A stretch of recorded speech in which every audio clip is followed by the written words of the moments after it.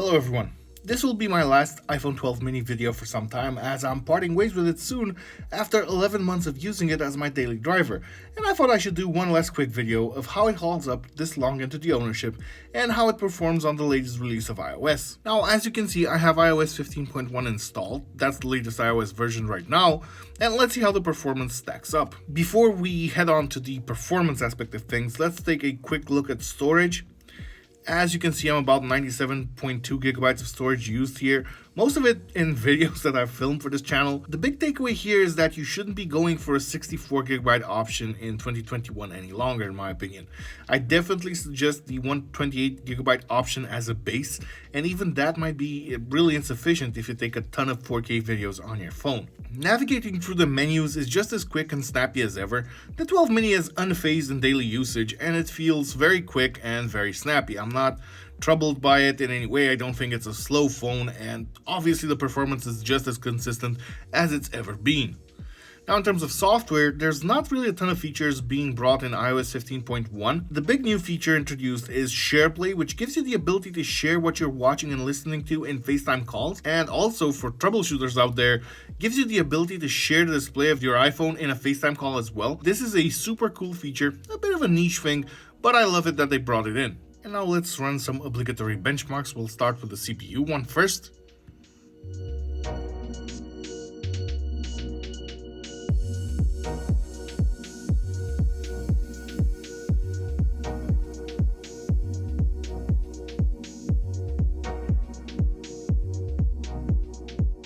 Okay, and we have some results: 1593 single core score and 4033 in multi-core score. Let's look historically how they look like. Okay, so this one's today, and this one was actually on iOS 15.0.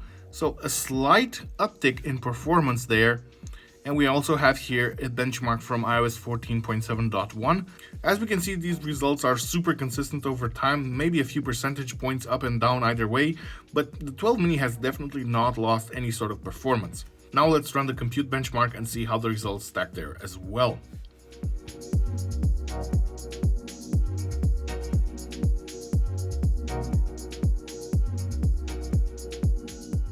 And now we have the compute result as well. It's 9,457. Let's look if I have some history here. Now, in the history of the compute results, we can see that it's pretty consistent with what was before. There's no real downsides to iOS 15.1, at least as far as the 12 mini is concerned. So the 12 mini is still a very capable phone on the latest iOS version. So my charging cable broke a few weeks ago, and I've resorted to using fast charging over the past month, which has brought down my battery health by 4% since the last video. As I've promised in the comments section, I'll be doing a full video around preserving battery life in the future, so if you'd like to see that and enjoy my content, make sure to subscribe to the channel. Also, since I've seen this number and I got pretty scared that it dropped by 4% in a single month, I've been using a slow charger. Remember these? The 5-watt chargers that Apple used to include with every iPhone? Well, I got one of these, and even though it makes charging a heck of a lot slower, I haven't seen battery degradation go further, so maybe not fast charging all the time is actually the way to go. And now for some quick gaming content, like the 12 mini is still able to run all games without issue.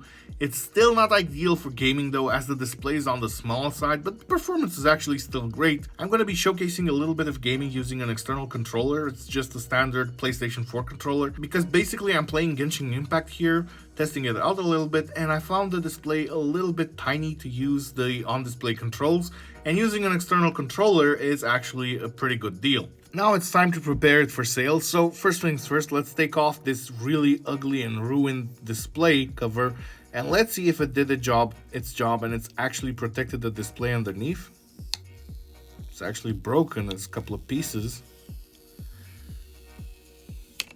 But yeah, this is all cracked and ruined, but the display underneath it is still in absolutely great shape. There's no scratches, no issues with it.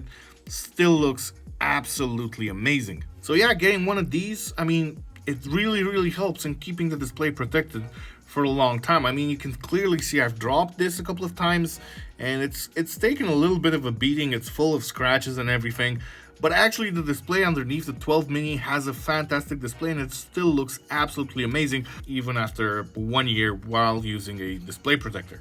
Also, in the preparing stage, remember that iOS 15 brought an awesome feature: temporary iCloud backups for your devices. You can now create a temporary backup of your iPhone even if you don't have any iCloud storage left or are using the free tier subscription. This backup is valid for 21 days, and you can also kind of use this as a form of free backup if you want.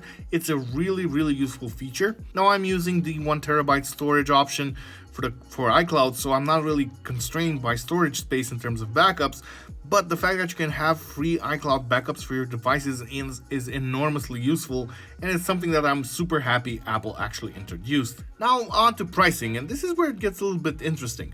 I would definitely not recommend getting the 12 mini brand new today at full sticker price. Just check out my video on buying the 13 mini and why that makes a ton of sense. But basically, a 128GB option for the 12 mini is just $50 cheaper than the 13 mini, and it makes really no sense. However, as a used purchase, this is actually a fantastic deal. As you can see, used prices begin rather low, at a bit over $400 for a 64GB option and around $500 to $550 for a 128GB model. Getting a good condition 128GB model for under $500 is a very good deal, honestly. It's still an amazing phone at under $500, and one in good condition should still last you for another few years or so. With that being said, it's time for me to part ways with the 12 mini. At least for now. An absolutely amazing phone. I've loved every minute with it, honestly, and it's one of my favorite phones ever. And I'll probably end up buying a 13 mini later in the year as well, as I absolutely love this small form factor. As always, thanks for watching. If you enjoyed the video, a subscribe to the channel would be absolutely amazing. Thanks again, and I'll see you next time.